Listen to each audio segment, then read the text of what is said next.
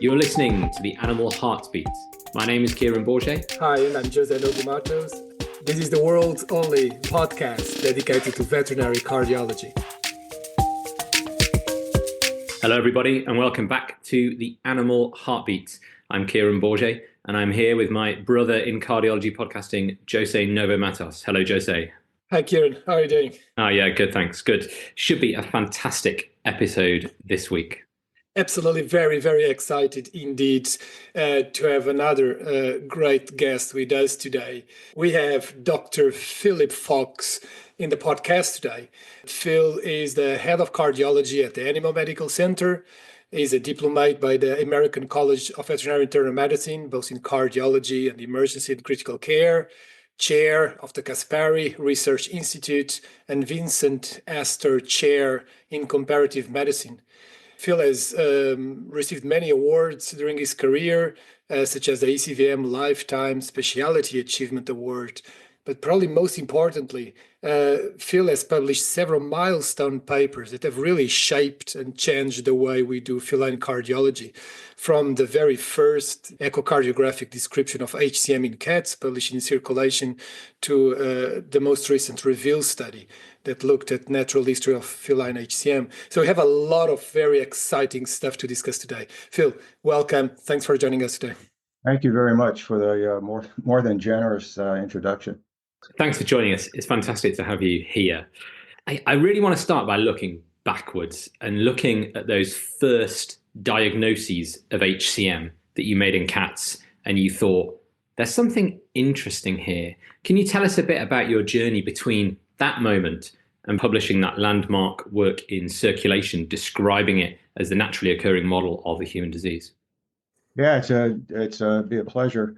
If I may, just to provide a tiny bit of context, everything we've all done with cats has been a copy, if you will, albeit 20 years behind what was done in people.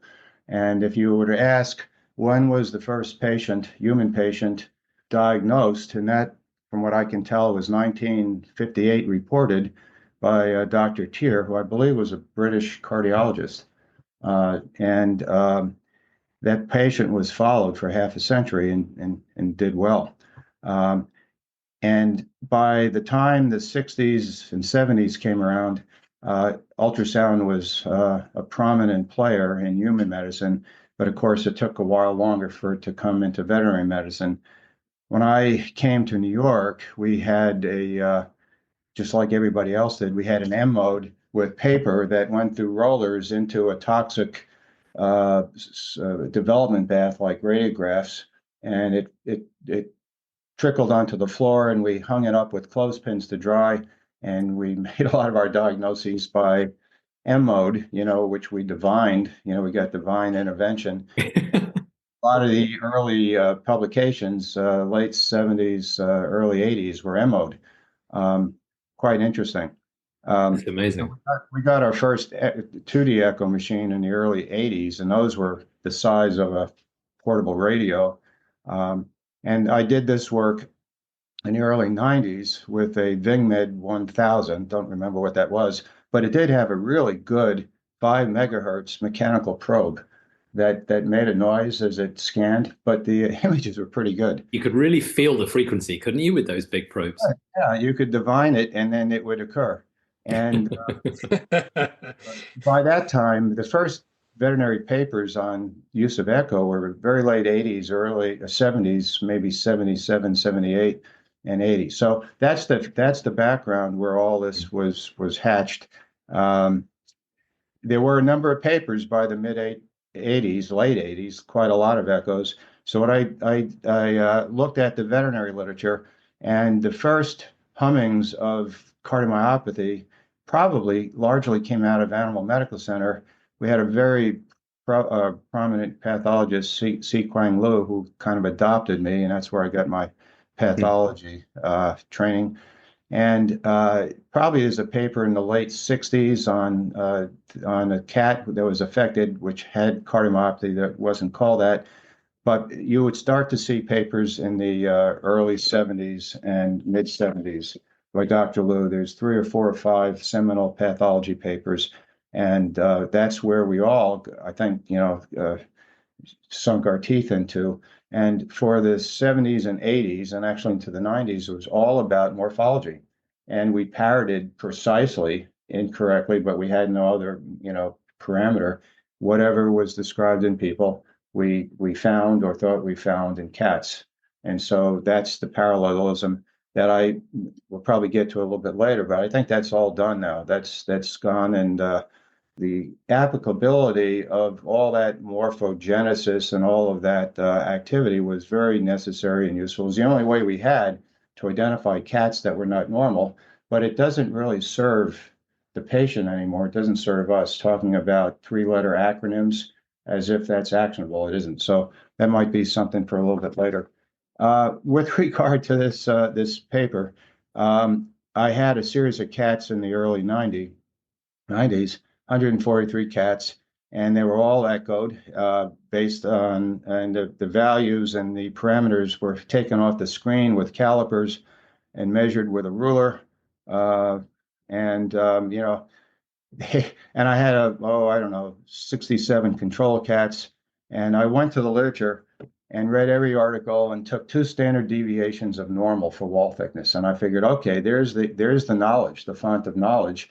And then I looked at my control cats, and it was about the same. And it turned out, best I could tell, was that everything was normal, was less than 6 millimeters.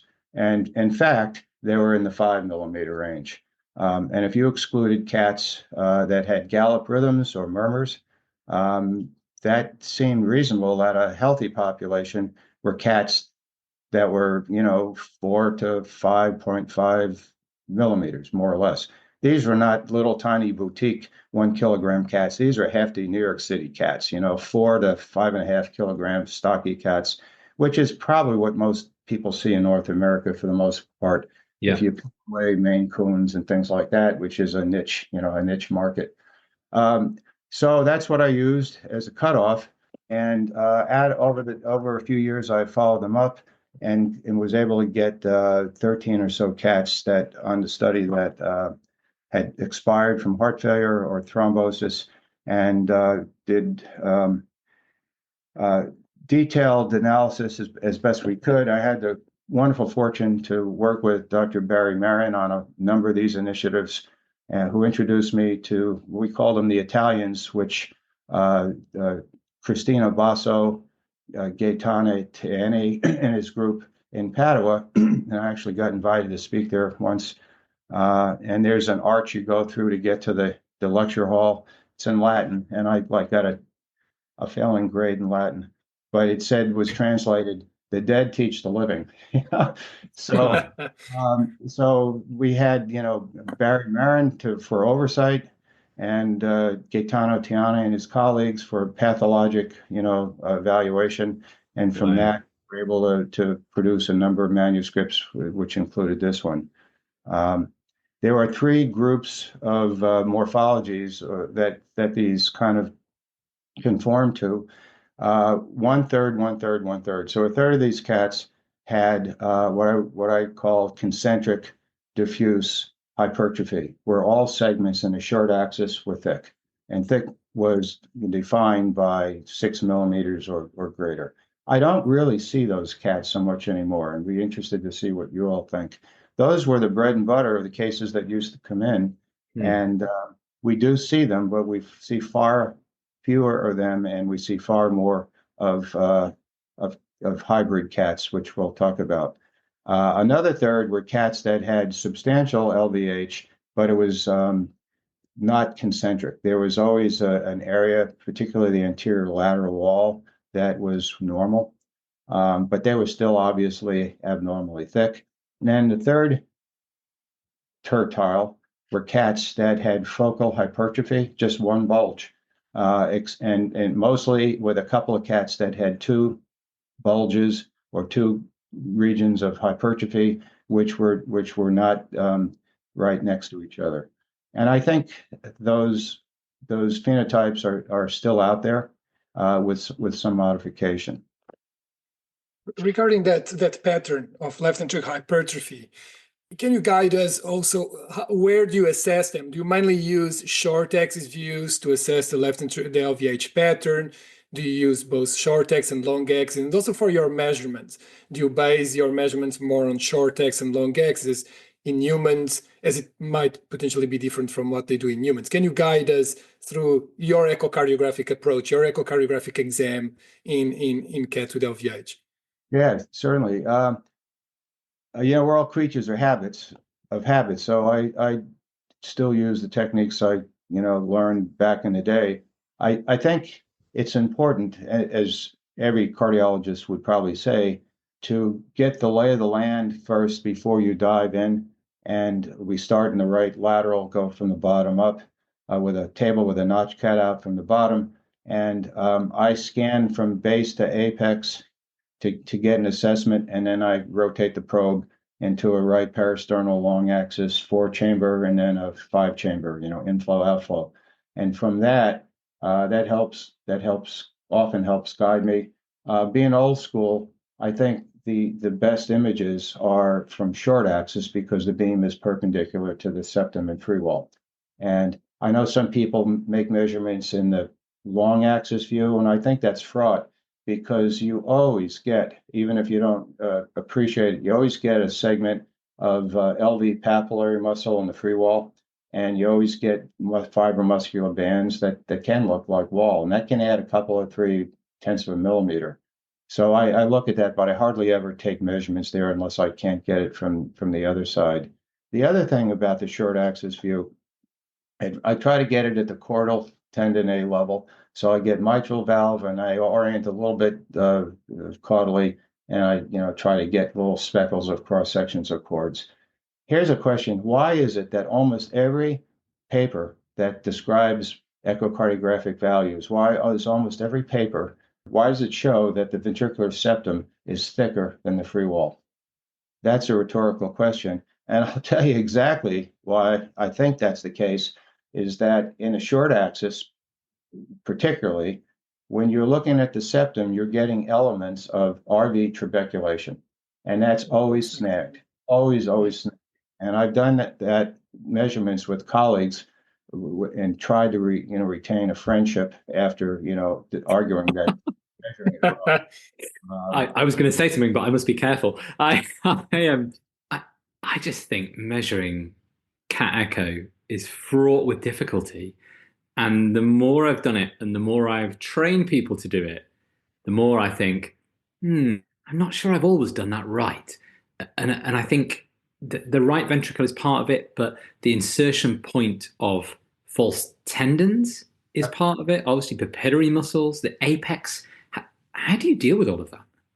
Well, I think we're sensitized, to that, and I'm always looking for those structures that you mentioned and trying to make sure. I'm more likely to measure a little more distal to the surface of the LV or the septum or the free wall to try to cut out those structures. They're there in spades, and I use 2D guided M-mode when I can. And I know people have argued, adults have argued about how crude that is, but not really. The frame rate is spectacularly high with M-mode. So if you guide it, you can see the leading edges much more clearly. And that can make a huge difference. And when I see people just doing it on 2D in real time, I don't know. I think that's, to me, that's a little iffy. In many of these cats, particularly the more hypertrophy they have, the thicker it is, because you're also not looking at the wall, you're looking at the other structures. I'm very happy you say that, because that has been exactly our feeling. We have been looking into that. So it absolutely, I think very so commonly we include right ventricular structures, trabeculae, the moderator band on our measurements without knowing it. And to us, what was eye-opening was when we did microcomputer tomography on these cats, we just realized how trabeculated the right side of the septum is, and how many trabeculae are there that we could not appreciate on echo.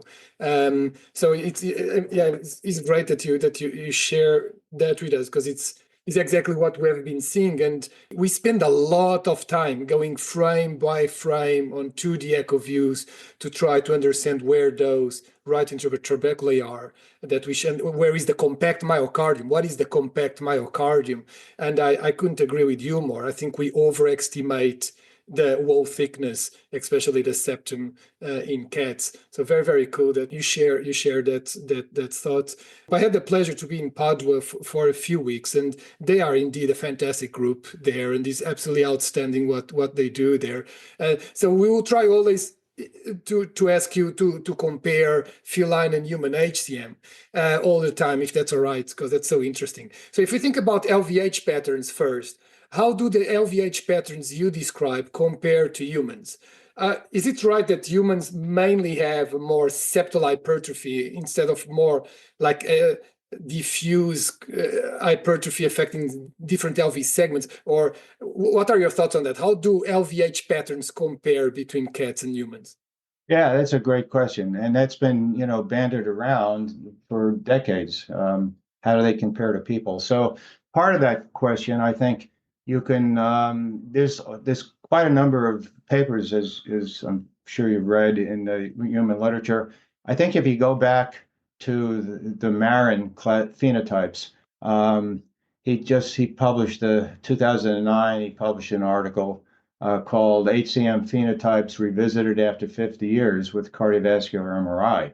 And we need to just remember for a tiny moment that we're dealing in technology that's 30 years old, and it's defunct largely because in people, we have forever looked at HCM in people and tried to go parallel with it. Well, they've diverted now. They've evolved into a new species, and it's all MRI mostly, right? MRI with gadolinium enhancement, et cetera. And I think that the stuff I've read and I'm looking at a paper right now, it prioritizes the ventricular septum largely. He created a paradigm with 4 phenotypes: a sigmoid HCM, which is a septal bulge, a reverse curve. I love the way that sounds. An apical HCM, which we never really see. I've not seen it. I've seen cats that have kind of a thickness in the apex, and if you orient the echo by luck or by design correctly, you'll see that bulge is not apical hypertrophy. It's a bifid LV papillary muscle that originates from the apex. And then you've got neutral HCM, which is where the whole septum is thick. But not to be undone, there's a classification system in 2022 out of Spain, I think, HCM proposal for a new classification, and it has the Marin types. Let's see, 1, 2, 3, 4, 5, 6, 7. Now there's 7 types, and it just gets to be interesting and a little bit, I don't know, comical is the wrong word, but how many phenotypes can you publish? To what end? What does it do for you? It really does nothing for us as veterinarians, right? So if it's a Marin type 4 from this proposal, what do we do next? Except for scare the heck out of the owner. And they go home, oh no, how are things at the office? Well, I saw Dr. Fox and he says, my cat has Marin type 4. Oh God, I don't really know that serves us very well. I think increasingly, the divergence of literature in people with HCM is not, I don't find it very useful, except sometimes to the fact that say, well, this is not the first of its kind. It's been described in people. Especially just to remind our listeners, there has been no studies showing an association between LVH pattern and outcome, right? And so why would you care if it is pattern A, B, or C if we have not shown, or I guess no one has shown, that there is a relation between a specific pattern or phenotype and outcome, which is interesting, really, because I don't know, one could argue if one LV segment was more affected than the other, or there were multiple LV segments affected, that could affect more myocardial function or than than a few segments, but that doesn't seem to be the case, right? Diagnostic ultrasound has become so fine-tuned now with excellent equipment and trained sonographers that we're very good at, in a sense, no offense to anybody, micromanaging these cases. And if you think about it from the owner's perspective, once I'll just take North America. Once somebody puts a probe on the heart and makes a whole lot of measurements, the likelihood that they'll find no lesions is low, because there's always something that's not quite right, maybe, and they get labeled, and they're done. They're really, are we doing a real service for the public, for people who are in good faith come to us? And these animals, it's a red badge that they're under the yoke of forever. And God forbid they need a dental procedure, and the dentistry says, "Whoa, at least in North America, are you kidding me? You've got like whatever you describe." And there's a body of literature for that. That's called medicalization, meaning you create a condition which is not merited by the data at hand. And many of these cats, as you all well know, are at a close to or at a limit or almost whatever. So it's almost hypertrophic cardiomyopathy, or you see pre-HCMs. And I say, relax, step back, it's not going to change the world. And you're probably wrong. You probably remeasure, go remeasure it. And let's not, and anyway, what if the septum was 6.1 millimeters? What are you going to do about it? We have no levers. We have no ability to purposefully, with confidence, exact a therapy that is any proven value for success. And that's a real problem. So I think that should guide. We're very good at dissecting out these hearts remote, through ultrasound. Just keep in mind that these are cats, they're pets, they're family members. They don't die during dental procedures, and they don't get sudden death. And there's a podcast, if you haven't ever attended the HCM, I can't think of the name of the title. It's the Summit. Yeah. I had the good fortune to speak at a few of those, and I wasn't at the last one, but I downloaded it and we review it with our residents. And HCM in people is very different. The phenotypes are different. So we all structure this based upon the histology. And many of us in the game have, when it has been convenient for us in our careers, have written a paper about, an animal model of human disease, right? There's like 8 or 10 of those now. And I've written one. And it was suitable for me at a time in my career when I was looking for an animal model. Well, I found it and haven't really been able to change the world with it, and find now that it's not really that similar. It's very similar, of course, histologically. So you have myofiber disarray, typically in a basal septum, but you can find it elsewhere, even the RV wall, which nobody looks for. You have interstitial fibrosis, which can be substantial, and you get small vessel disease.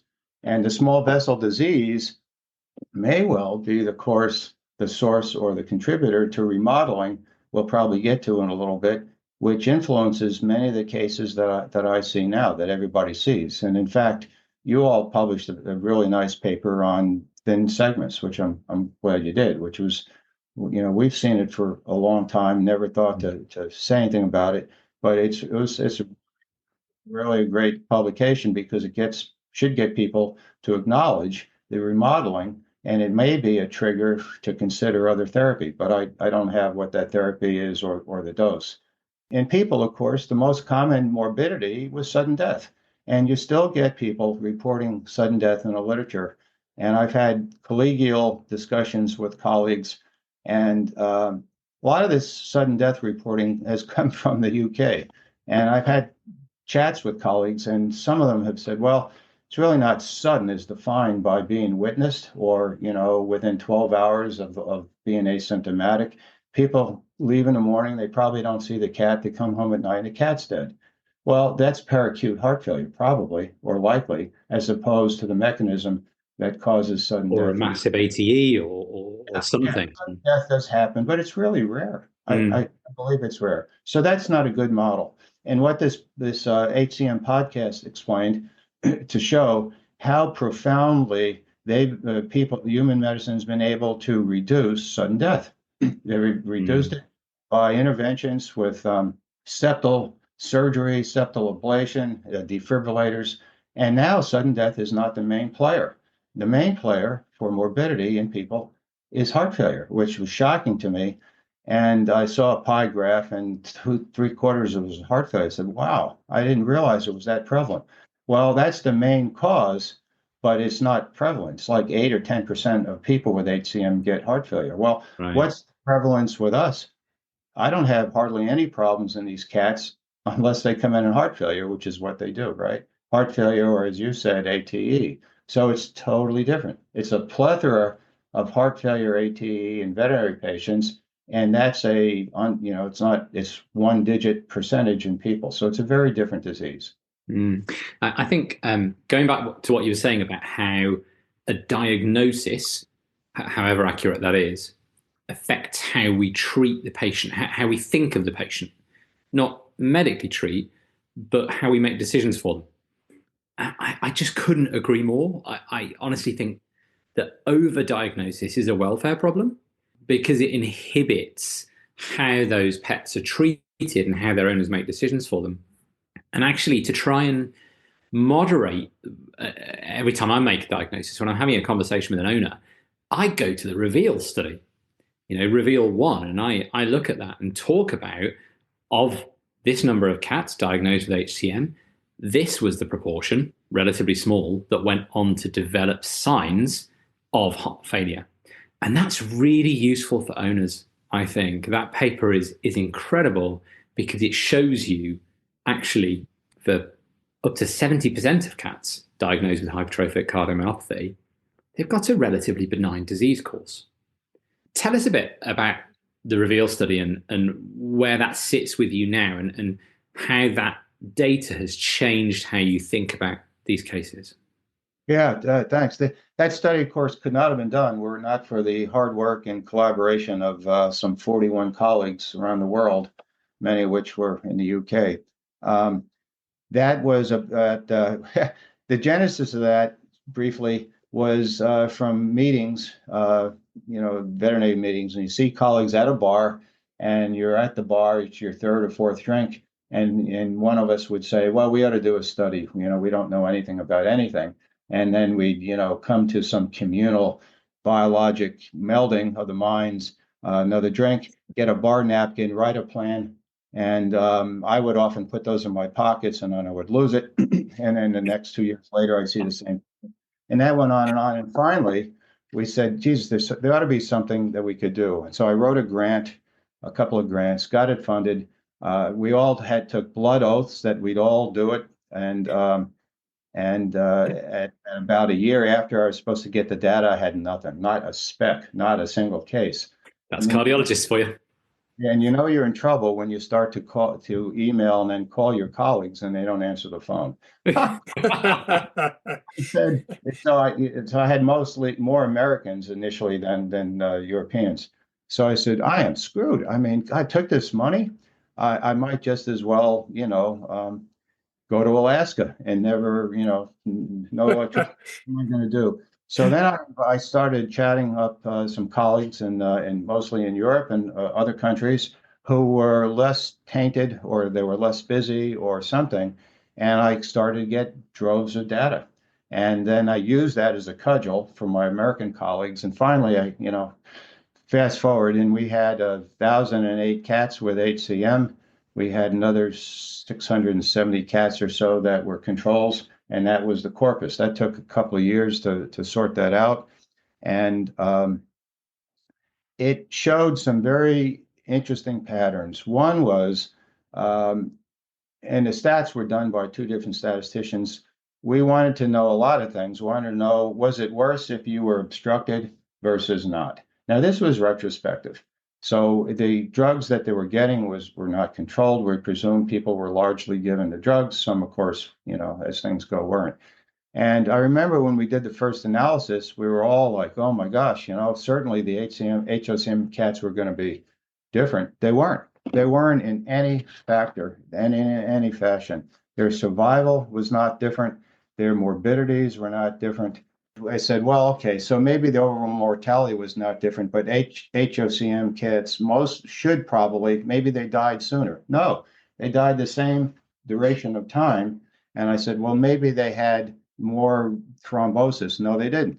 And every combination of possible statistical analyses were no significant finding. The survival time was the same, and it was unbelievable. And the p-values were not like 0.0499. They were really substantial. And the other thing that came out of it was that the risk for overall death, all cardiovascular death, was 1 in 15 in 1 year. So if someone diagnosed HCM or HOCM a year later, it had a 1 in 15 or 14 chance of succumbing. And what about 5 years? And this was sobering. These cats had a 1 in 4.4 chance of succumbing or being affected with thrombosis or heart failure. We call it 5 years. Like, I never had a clue that it was that impactful. So it's a serious disease, and we couldn't find any difference between the obstructive or non-obstructive form. If you looked at Carson Schrober's data some years ago, he couldn't find a shred. It was a complicated study if you read it, but he could find no difference. The NC State study, where they looked at quality of life, could find no difference. So I think it's a different disease in people with respect to the pathophysiology and cause of death. And therefore, what does that mean? Well, how should we treat these cats? The initial therapies for people, in the 70s and 60s was a beta blocker, and it still is. And these descriptions are: we first put them on a beta blocker, and generally, if you dig through that, the majority of people don't do well with a beta blocker, and they go on to other remedies. So my only personal issue with someone said, well, Fox, just get over it. Just put them on a beta blocker. It doesn't hurt. Well, it probably doesn't hurt, but it changes their life. Changes their life. I got married. With my marriage, I got an adorable partner and her cat, and we're both veterinarians, and the cat had diabetes, and we'd go to work, and I'd say, I gave Simba the insulin. She says, so did I. And I said, oh, shoot. So then the next day I said, well, I didn't give the insulin. She says, oh, I thought you did. Maybe you did. And it causes people to change their lives to try to get a pill of a drug that has no, purported evidence to be of value. And that bothers me. And I am therefore pretty conservative. And I still have many good colleagues that knee jerk using beta blockers as if it's just, you just pat them on the head and they get it. There's a lot of literature about what it does to people about giving drugs, and it's not friendly. And it says that many people, it changes their relationship with their cat. Some people get bitten, and the cats probably don't like it. So that's a perspective that probably not everybody shares, but that's my view of it. We have discussed that a lot in the podcast, owner compliance, how difficult it is to give tablets, and to be sure that we are really just using the drugs that we know, or at least strongly suspect that they have an effect. But if you don't mind, let me go back to the obstructive cats, because this is an area that I'm very excited about. Just to wrap it up and summarize a bit for the listeners. So obstructive HCM is a big thing in humans. It's associated with increased morbidity, mortality, and they are very aggressive at addressing obstruction in people, going from septal reduction therapies to medical therapy. We do see a lot of cats with systolic interior motion of the mitral valve causing dynamic left ventricular tract obstruction. We have not no one, as you said, has shown that these cats have a worse outcome.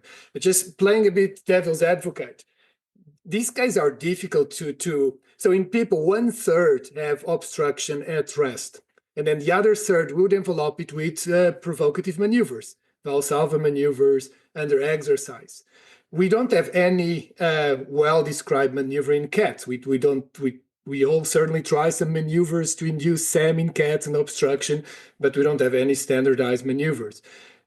My question is, because SAM is labile, and we and others have shown that, and SAM changes over time depending on how stressed the cat is, what's the heart rate, and so on. I think all these studies that were certainly very well designed, but then in the end of the day, they did not really have a clear group of severe obstructive cats, because it's so difficult to define what severe obstruction is, and SAM changes over time. So do you think there is still room that we are not defining well what obstruction in cats is? It might be impossible to find a way to properly define it, but I'm just worried that some of the data out there, and again, I have no strong beliefs either way. I'm just worried when I read the data that those studies do not have a clear-cut obstructive group. What are your thoughts on that? Those are great thoughts and excellent comments. I don't have a real handle on it, and my colleagues haven't probably, they largely agree. So if you take the perspective that these are cats, and they're at rest, their heart rates are still 120, and with any provocation, it's very high. So they're biologically different than people. And again, if their heart rates were slow enough, maybe it may affect them differently. I do think that some cats that are severe obstruction, it probably affects them with respect to heart failure and outcomes, and maybe it affects them vis-a-vis remodeling. If you have severe small vessel disease, and most of them probably do, it can't be a good thing to have severe obstruction, right? So if you wanted to alter pathophysiology negatively in two ways, give them severe obstruction with severe LVH and severe, microvascular vessel dysfunction, and that's the kiss of death. So does it contribute to heart failure? I would look at it totally different. I don't care if they obstruct or not. If they all obstruct mostly when they come to our place. You take them out of the carrier, someone's take the metro in, and that cat's, its adrenaline is pretty high. And so they're commonly obstructive. What they are at home, though, is probably a different thing, and that's their environment. So probably that makes a difference. But what about cats that have severe septal hypertrophy and obstruction? I think those are open for discussion as to how to best manage them. And I don't have the right answers, but I don't know that beta blockers are right. I think we used to use ACE inhibitors and spironolactone. I used to use it on all these cats because of scientific data in mice to show that it's probably a good thing to reduce remodeling. And I stopped doing it, and I can't remember why. And I've started to use that combination more. I think that if you're going to use anything of all these untested products, those make some sense, because at the end of the day, they die of heart failure if they're going to die, or thrombus.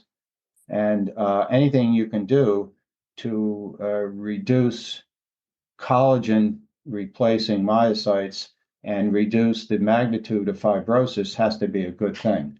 And I actually look at these now not so much, okay, sure, they're thick. Okay, next step. These turn into cases of fibrotic myopathies. And in severe cases, which we see a lot of, particularly at autopsy, there's profound collagen replacement of myocytes, particularly in the free wall. And some of those thin segments that you all reported were those exact cats. And echo is not very sensitive at seeing that. So when I see a free wall that seems to kind of taper a little bit from the apex towards the center of the free wall and from the base toward this free wall, and it may be within the low normal measurements, maybe 3.3 millimeters or so, 3 millimeters, 3.4 millimeters on a 4 or 5 kilogram cat is a thin wall. It shouldn't probably be that thin, particularly if there's LVH. So I think we're missing, or we're not emphasizing this process that's going on. Almost all the cats at necropsy. And the other thing I use is the LA, or both atria, and they turn into, an animal that, okay, they have or had LVH, but they're atrial myopathies. At the time you see them in heart failure, their atria are huge. And if you look at their atria pathologically, they're incredibly remodeled. The caudal border of the LA is thick. It's usually thick, and the auricle is paper thin, particularly in the central region of the left auricle. You can see right through it if you hold it up to a light. So that left auricle, there's hardly any myocytes anymore in these big remodeled LA cats. In the left atrium is thicker, and if you look at the surface of the endocardium, it's scar. It's like milky white scar. It's almost like you can peel it off. You can't, of course.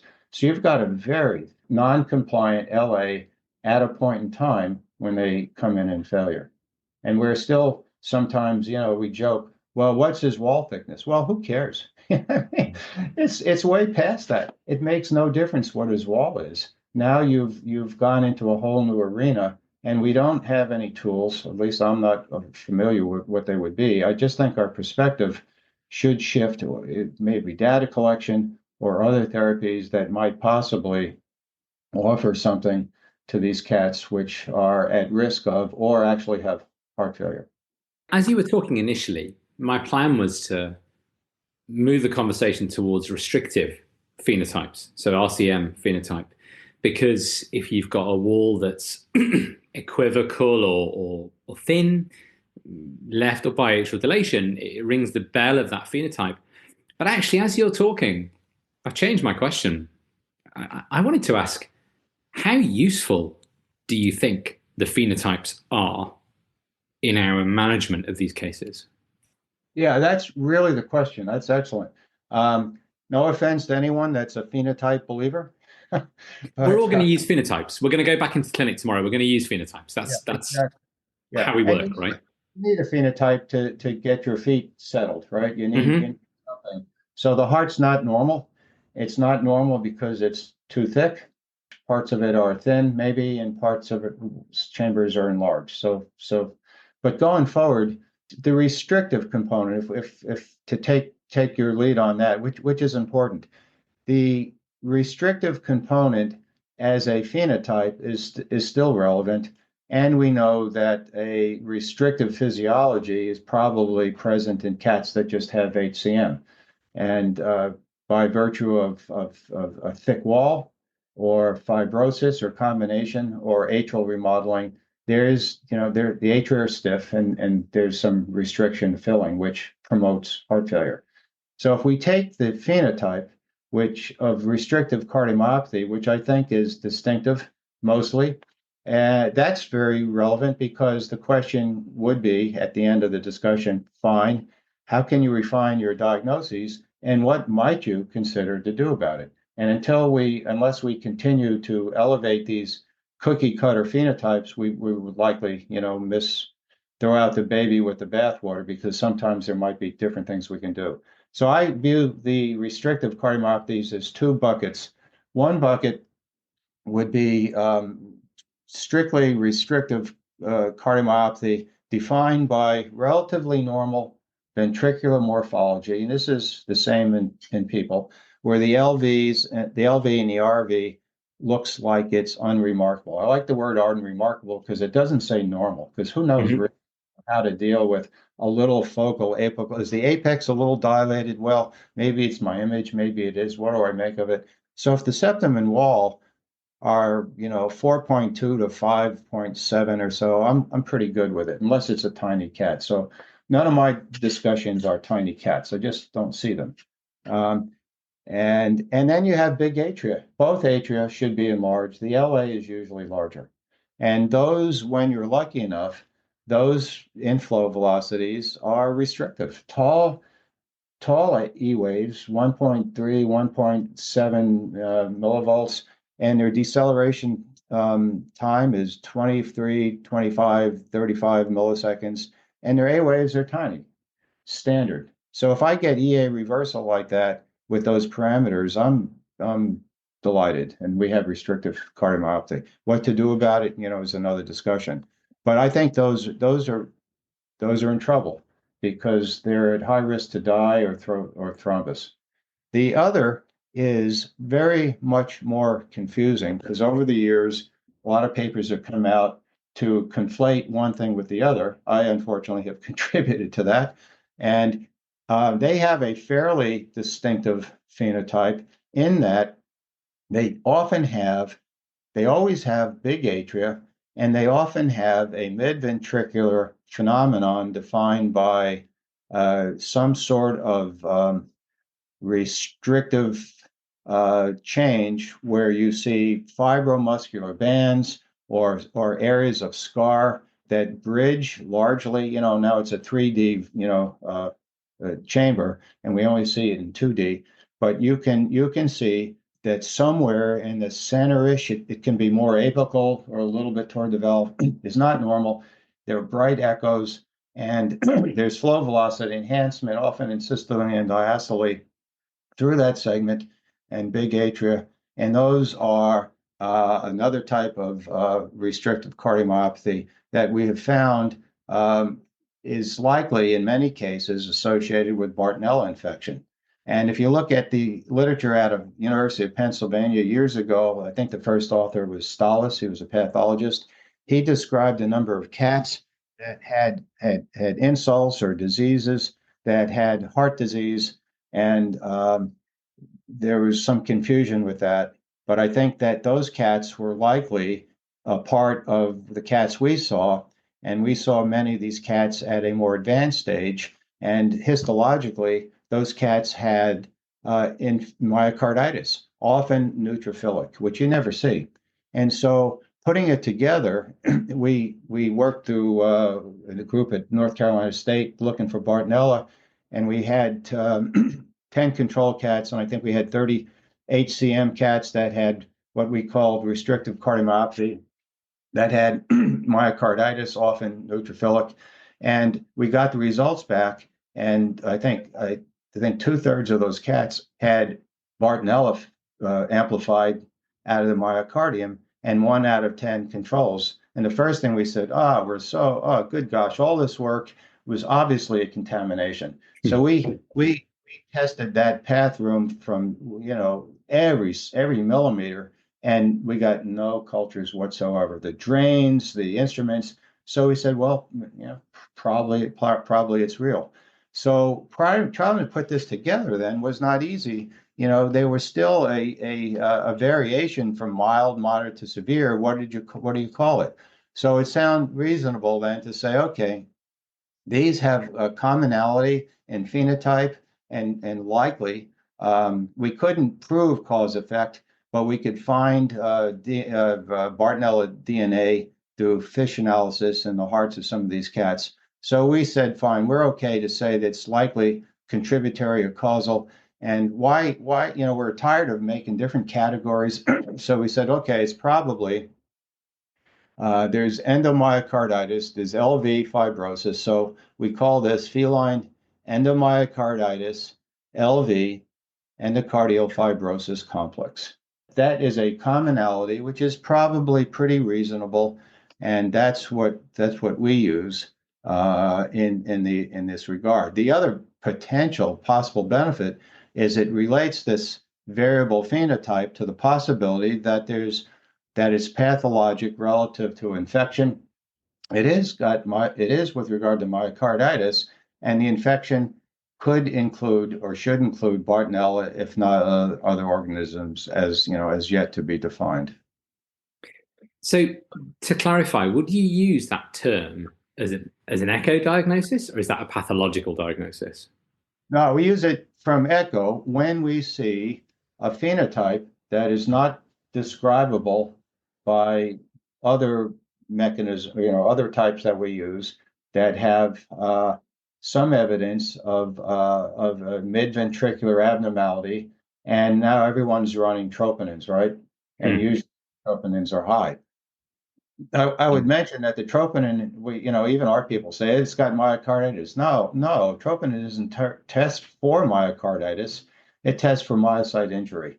And by claiming it's myocarditis is understandable, but it tends to make people forget that there might be other causes, of which I don't know what they are, but it's injury. So in those cases, as a result of that work, which I find that quite a lot of vets aren't aware of that. It was published in Veterinary Pathology, I think, wasn't it? I think that was a really, really amazing paper with the fish of Bartonella in the myocardium. It was really eye-opening to me. I'd always been quite skeptical, but that I was sold then. You've added troponin to your diagnostic cascade for those cases.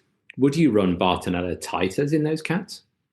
We do troponins all the time, especially the residents. It's the first thing they do, and I think that's a good idea. I just don't know quite what to make of it. What do you really do? That you're not doing. If the animal's in heart failure, I mean, I don't know what to make of that. If it's not in heart failure, it makes me disheveled because now it's an asymptomatic cat with severe remodeling, which you have from your echo. And what do you tell the owner? I mean, I don't really know. I don't really know what to do. So I think we're just doing it, and I think it probably biases us to get the cat back sooner, whether that's right or wrong. And I think it's a thing in progress.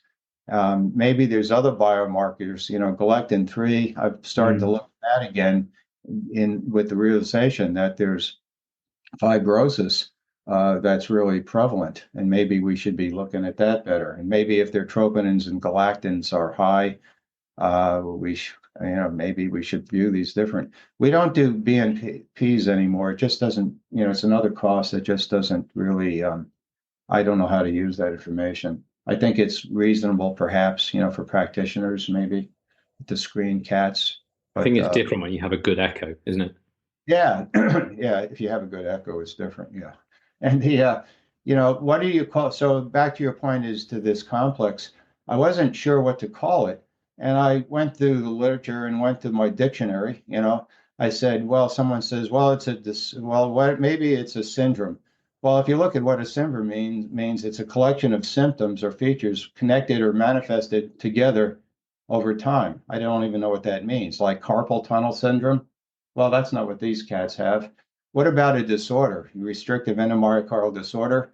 So that would be a disturbance of normal function, lack of order, of regular arrangement, confusion. That would be my podcast. I would qualify for, having a disorder. So complex seemed reasonable because it's a complicated, interrelated parts, the sum of which characterize a condition, which includes your echo findings. So that's why it seems to kind of bridge that a bit. That was the rationale. Love it or hate it.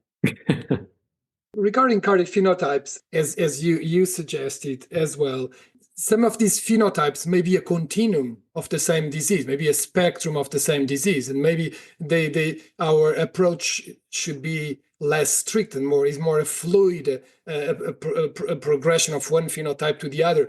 Can you give us your thoughts on that? So, do you think RCM might be part of the HCM spectrum, might be a more advanced part of the HCM? Of an HCM phenotype. So what's your current thoughts on that? That some of these phenotypes may be the same disease at different stages, or the same sarcomeric mutation having a different phenotypic expression? Yeah, that's really an excellent question. Last time I reviewed the restrictive data, human data, there's a lot of it. I kind of think that cats that have the pure restrictive, large atria with normal ventricles, I think that is very possibly akin to people.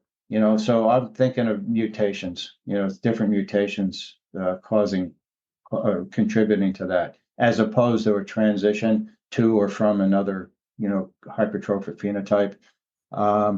And you're familiar with that paper came out. I think Marin was an author says one mutation, many phenotypes, where they found 3 generations with the same mutation. One generation had DCM, RCM, and HCM. So we have to, keep in mind that even if we knew the mutations, which we don't, they may cause different phenotypes. The other group, the endomyocardial LV endomyocardial fibrosis complex, however, is really complicated, and it is either probably genetic or it's comorbidities. It's two different things happening at the same time, which I don't know why, but I pretty much favor that, in part because we don't have a genetic handle at all on these. And I don't think there's any reason to doubt that they can't have hypertrophic cardiomyopathy and then either remodeling from small vessel disease or an infection, and Bartonella is clearly a player in that. And it'd be naive to think that it ends there. There are probably other viruses. So I would think, without any evidence, just a biased opinion, that these are probably, many of them are hypertrophied, not all. They're HCM cats with inflammation, some of which might be infection, etiology, certainly inflammatory, with big end stage remodeling causing scar. That makes a lot of sense. Makes sense, doesn't it? If you don't mind, just to go back a bit into pathology and histopathology, because there are a few things that bother me a lot. Not bother me a lot, but Keep you awake at night. questions. Exactly, keep me awake. And having you here is the right opportunity to ask these questions. So myocardial disarray, right? The hallmark, histological hallmark of hypertrophic cardiomyopathy in people. And by extent, we say the same in cats. But you and others have shown that we do not find myocardial disarray in every cat with an HCM diagnosis. So why is that? Is that because it's a different disease? And is that because maybe HCM in cats may not have myocardial disarray? Do we miss myocardial disarray? Maybe because we have not sampled widely enough the left ventricle? Or what are your thoughts? Because some of your studies and the initial studies, they were, of course, carefully done. And so enough samples were taken from the LV and so on. So I don't think it's just a question of poor sampling or not enough sampling. Do you think that just some cases do not have myocardial disarray? Well, that's a great question. Part of that mental gymnastics has to do with what are you calling hypertrophy? So where's your cutoff? And I know that Jens Hagström and colleagues have done some very good work with tens of thousands of cats with parameters that are have been debated over time as how and when should they be applied, and should you just use 6 millimeters? 6 millimeters, if it's a normal sized cat, is convenient because it probably means that if a wall and end diastole is 6 millimeters or greater, you're very likely to be affected. It probably misses some cats that have hypertrophy at a thinner wall. But I'm not so hung up on that as I am on LV wall, particularly dysfunction and thinning and LAE, because I think those cats at that time have a big problem. It has nothing to do with what we call it. It probably has everything to do with remodeling, which has gone on sub rosa, and now we have this cat. We don't know what to make of it. These cats are at risk, probably at way higher risk, because they're not dying suddenly. So they're not a sudden death creature. They don't die suddenly. They die of heart failure. Now, I'm sure some die of heart failure attributable to an LV that is stiff, and sure, but a lot of them die with remodeling. And so we need to ultimately, chew on that a while and try to see if there's anything. What should we be doing in the future? How should we be monitoring these cats? What should we be measuring and paying attention to that we're not doing? So I think that's a big gray zone that would be, interesting for collaborative discussion, because that's where the action is. We can't identify them early enough, and we're not sure what to do when we see it. And when we see them at extremis, when they're really enlarged, then those cats are already affected. And I think we should be, I'm more liberal with an ACE inhibitor and spironolactone, based upon data in mice and things like that, and if the owners can give it. And then how do you monitor these? How often should they come back? I don't really know. Maybe they can do things at home that we could help, keep an eye on them, because echoing them in North America, the big knee jerk is recheck in 6 months forever. Like, so once you know what they have, what does that do for the animal? If you're trying to identify early effusion or something, good luck with that. So I'm not sure I know how to monitor it. But to your question about HCM without myocyte disarray, I would respectfully suggest that if they have, what we would all call HCM, and it's not due to hypertension or hyperthyroid, et cetera, they have myocyte disarray. They have it. It just hasn't been looked at. And you need to look at it particularly in the base, but not just there, and include the RV wall. And if that's what it is, most likely you'll find it. So that's probably the disease that we're seeing if we rule out other contributors to LV wall thickening. That's not so much of a mystery to me as what to do with these cats. Call them HCM advanced. What do you do with them now? That I'll share with you guys at another venue. I've started photographing hearts freshly out of as soon as they die, as soon as I can get them. And it's very hard, as you would agree, to get cases from the owners to do an autopsy. It's very delicate conversation, and it's hard to get your colleagues to do it, especially trainees. Nobody wants to have that conversation, and it's very difficult. So I can get a lot of them just because I believe that it's useful, but not hardly the ones that I followed for 10 years. Those are the ones that the people won't accede to an autopsy. But if you look at the hearts, the surface of the heart within, if you have autopsy at the same day, you can see epicardial fibrosis. It's really deeper than that, way easier than you can see when they're formalin fixed. Formalin blanches the myocardium. And so it takes the red-brown myocardial tissue and it turns it into a cream-colored, ugly. You wouldn't want to wear a shirt that's colored brownish, that melds into the whiteness of the fibrosis. So pathologists don't necessarily appreciate that as much as they would if they report it in a fresh condition. And it's very diffuse. It's shockingly diffuse. And I don't remember seeing it like this years ago. Perhaps it was there and I missed it, or perhaps we're now seeing cats who have changed with this disease over time.